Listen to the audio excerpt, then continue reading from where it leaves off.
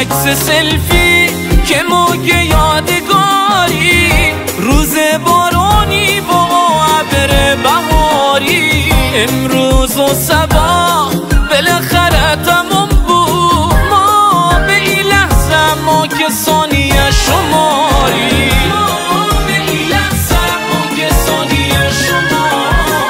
یه کاخ مرمر تو قلبم بهت اساسم، دیگه غیر از تو هیچ کنی نیازم. اون گل سرخی که روز اول انتام با بوی عطرش به زندگیت اساسم، با بوی عطرش به زندگیت اساسم.